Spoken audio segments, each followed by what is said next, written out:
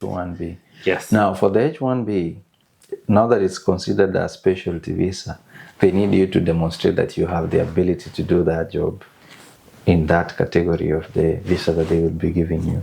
So one of the things you have to do after you've done your evaluation and you have your 3.0 GPA is you have to take what we call a Praxis. A Praxis is a registration exam which all teachers in the United States have to take and pass before you are able to be certified as a teacher. So now you have everything you have shown. You have the special, like let's say I have demonstrated I'm a teacher, registered in my country. My evaluations, I'm good. I've passed everything. Yeah. So the next thing is practice. Yes. That is an exam, like. That's an exam.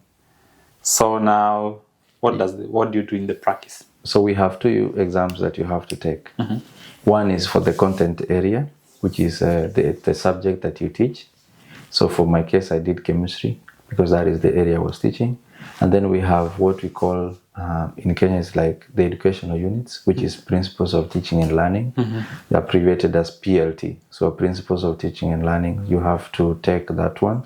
It tests on the education theories, the philosophies, student management and all that. It's more of like the educational unit part of it. So the way it happened is the connection that I had been given by my uncle now was working with me. He actually was the one who helped me to register. And that is why I always say that normally we have people really are destiny makers for generations. Like when you help one family, you help everyone. Yeah. So he was the one who helped me to know how to go online and get to register for that exam. And once I registered for the exam, I had to read.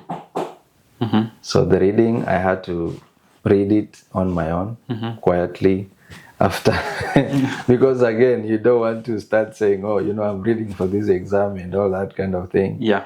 So the reason why I kept quiet about it is because I also didn't know whether this was a process that could eventually get me anywhere. Yeah. And normally it's easier not to explain.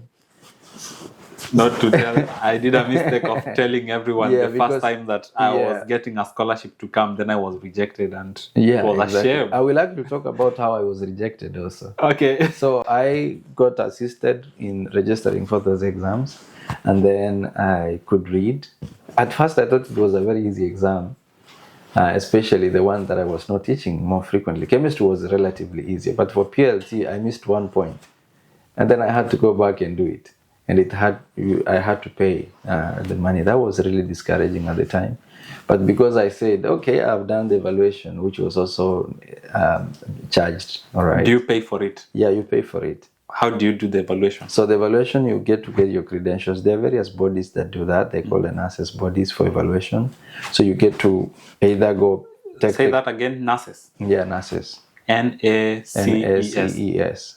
Okay, so if you go to that website, you'll see bodies that do the evaluation. That do the evaluation. The one I used is World Education Service, WES. Okay, WES. Okay, yeah, that one is more common, but there are quite a number that everyone could make reference to. How much was it? At the time I was doing it, it was around $217. Okay. Because I remember it was around that amount. And there's also varies depending on what you pick and also maybe your credentials that you have at the time. Okay, so let's go back to the exam. So we go back to the exam. So I missed 1 point. And because at the time I was applying to go to wherever my angle was, because that is where we initially planned to go. So because when you register, the exam is, the passing score varies from state to state. I missed a state score for Kansas that I was to go to initially. So I had to retake the exam. There are some questions I want maybe for clarity so that our viewers also can understand this. Like you wanted to go to Kansas. You had started the H1B visa. How do you first know where the opportunity is? Like, do you have a school in mind before you start doing all this work? Like, had you applied to a school? Okay, so because whoever had shared with me the information is a teacher, and had undergone the same process, but years back. So the impression we had is maybe I could be able to go to wherever he was. So you was doing all these things and To go to a you had not specific known a specific school and you had not done any application. No, I had not done any.